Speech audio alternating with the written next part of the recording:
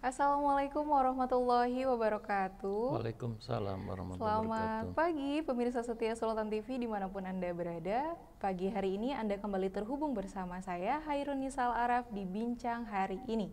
Sebelum kita memasuki tema yang akan dibahas, kami akan kembali untuk pemirsa terus terhubung bersama kami di sosial media Instagram @sultantv.co dan juga @beritasultantv, dan Facebook kami @kreatifsultantv, juga beberapa acara kami yang akan disiarkan secara streaming di YouTube Sultan TV. Pada pagi hari ini kita akan membahas tema tentang proporsional tertutup dan terbuka.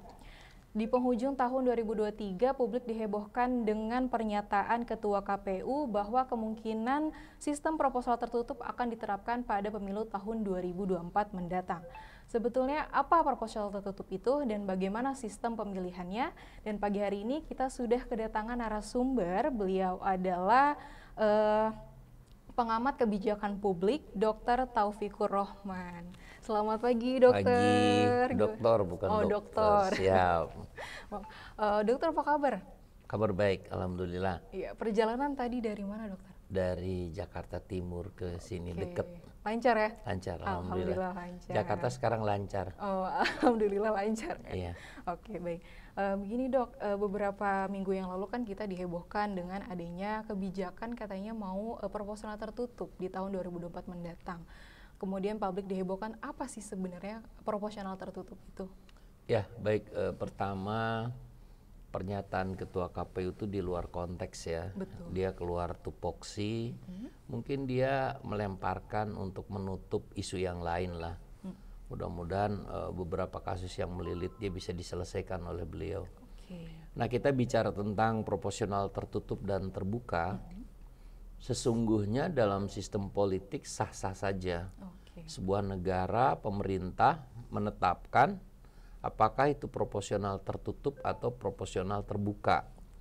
Pertanyaannya adalah Indonesia yang sudah demokratis dan menjadi rujukan dunia, ketika sistem pemilu, baik itu pilpres, pileg, dan bahkan di era sekarang mulai akan diberlakukan pilkada serentak, ini adalah keputusan para pemimpin kita. Oke. Demokrasi yang sudah sangat baik dijalankan, memilih pemimpin yang baik. Nah, sekarang ada ide melalui gugatan dari kader partai tertentu di proporsional tertutup, itu di sidang-sidang konon kabarnya mengarah kepada proporsional tertutup. Proporsional tertutup kita pernah melakukan itu. Oke. Jadi kalau dibilang kelebihan dan kelemahan, dua-duanya punya kelebihan dan kelemahan. Oke. Nah, apa kelebihan dari proporsional tertutup? Partai politik punya rentang kendali yang kuat, Oke. sehingga legislator, sehingga parlemen yang ada di DPR itu dalam kendali penuh partai politik. Karena kapanpun legislator itu keluar dari kebijakan dan kepentingan partai politik, dia sebagai kepanjangan dari partai politik melalui praksinya di DPR atau DPRD, baik itu provinsi, kabupaten, kota, maka dia di PAW. Oke. Dan itu terjadi 32 tahun kita dalam era otoritarianisme. Oke. Era otoriter di zaman Orde Baru. Oke. Nah, pertanyaannya, Indonesia yang hari ini sudah menjadi rujukan demokratis di dunia internasional karena pilpres pertama Indonesia di negara Asia ASEAN itu 98 menghasilkan pemilu yang sangat demokratis. Oke. Maka terpilihlah saat itu adalah melalui pemilihan langsung, namanya Profesor Dr. Susilo Bambang Yudhoyono. Oke. Karena terakhir kali pemilihan presiden di DPR MPR, yaitu melalui MPR, itu terpilih Bu Megawati Soekarno Putri. Sebelumnya adalah Bapak Gus Dur. Nah, pertanyaannya sekarang, apakah MK akan masuk ke wilayah Juram yang wilayah kelam dulu? Oke. Apakah hakim konstitusi ini, penjaga moral konstitusi Indonesia, akan menggiring ke sana? Sementara tugas dari Mahkamah Konstitusi bukan pembuat undang-undang atau bukan penentu undang-undang.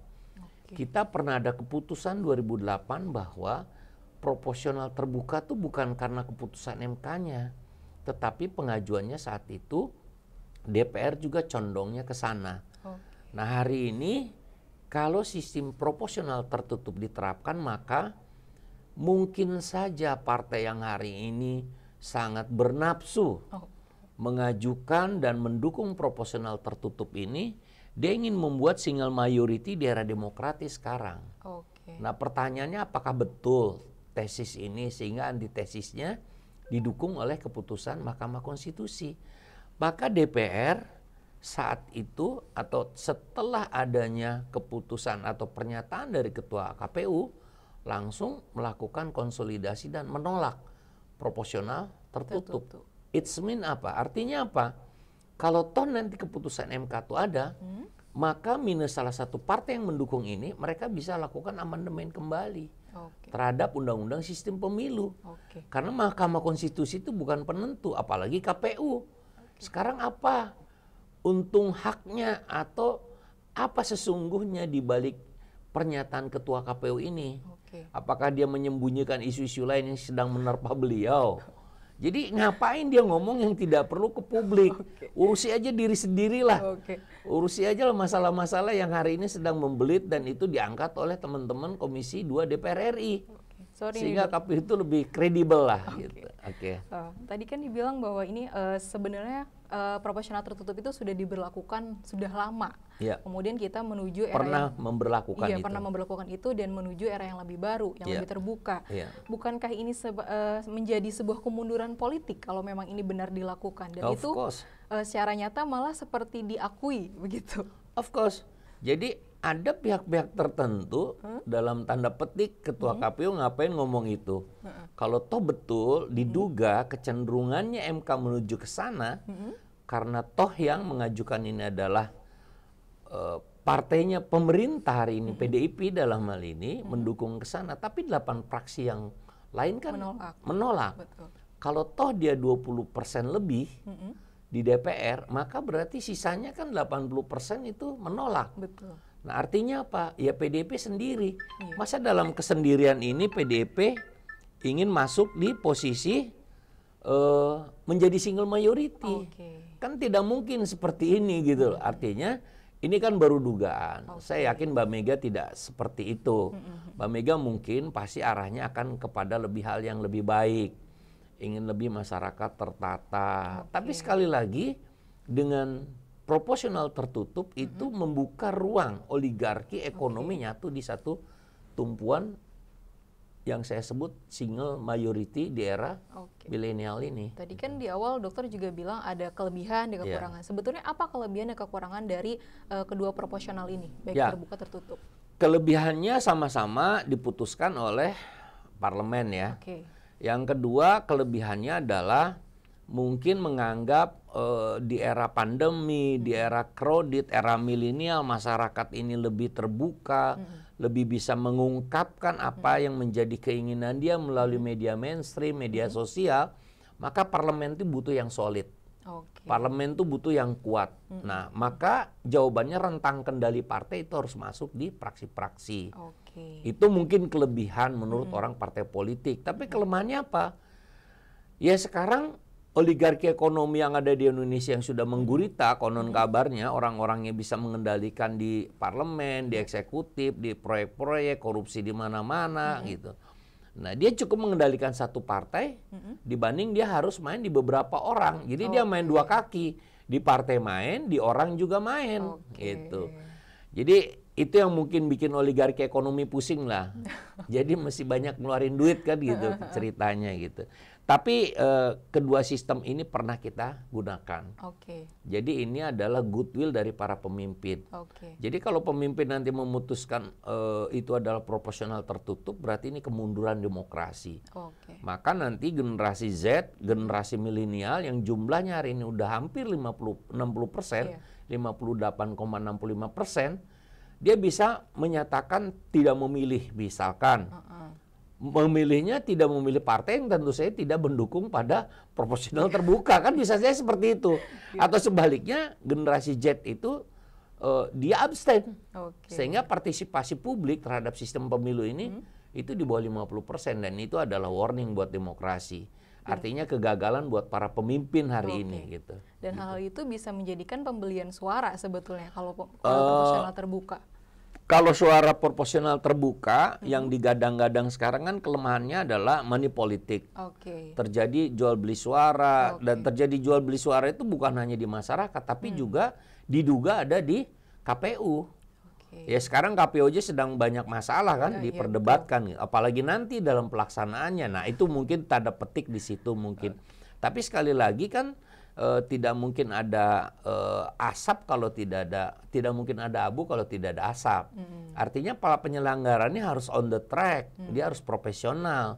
Bahkan Panglima TNI aja udah berkali-kali ngomong, Kapolri aja sudah berkali-kali ngomong dia akan netral. Ya, KPU juga harus netral di sini. Jadi money politik itu terjadi karena tidak ada abu kalau tidak ada asap. Jadi oligarki juga kalau memang konsep saya adalah ke depan itu harus profesional terbuka, tapi legislatif yang entrepreneur.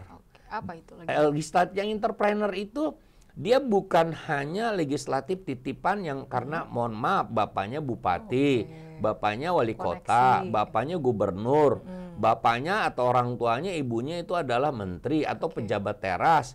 Gitu loh. Jadi banyak di kita itu titipan-titipan legislatif sehingga apa masyarakat tidak kenal. Tapi ini bukan kelemahan dari proporsional terbuka, gitu loh.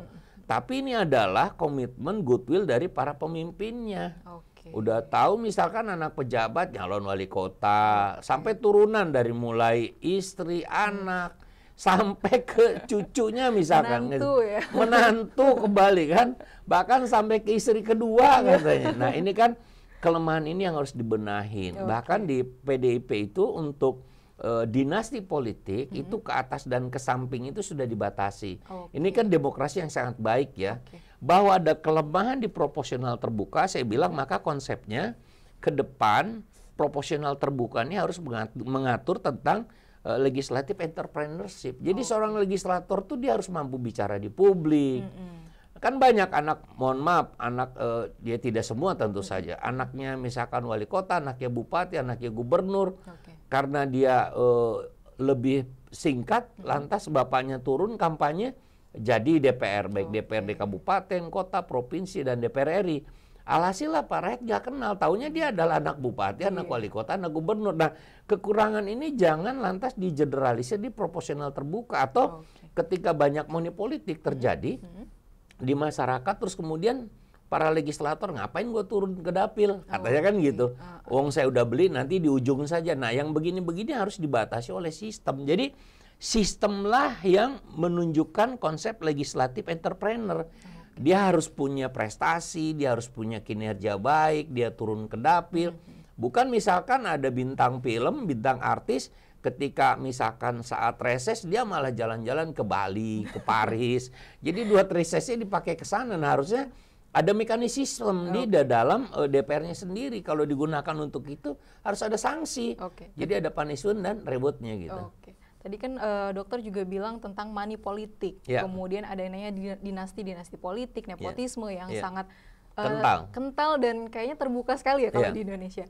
Apakah itu sudah menjadi identitas yang sulit dilepaskan? Jadi gini ya, Mbak, misalkan di Eropa, di Amerika, banyak anak presiden, misalkan George Bush, ada George Bush Junior, ada juga misalkan anak presiden, nggak apa-apa, tapi dia ada kualitasnya. Gitu loh. Jadi bukan soal dinasti, bukan soal nepotismenya, tapi dia boleh di anak bupati, anak wali kota, anak gubernur. Cuma kapasitas kualitasnya itu harus ada. Jadi jangan karena anak bupati, coba aja banyak misalkan DPR mohon izin, mohon maaf nih, pada legislator misalkan, dia dikenal bukan DPR RI, dia kan DPR RI karena anak bupati aja. Dia misalkan karena bapaknya aja bupati, kalau bapaknya bupati kan banyak gitu loh.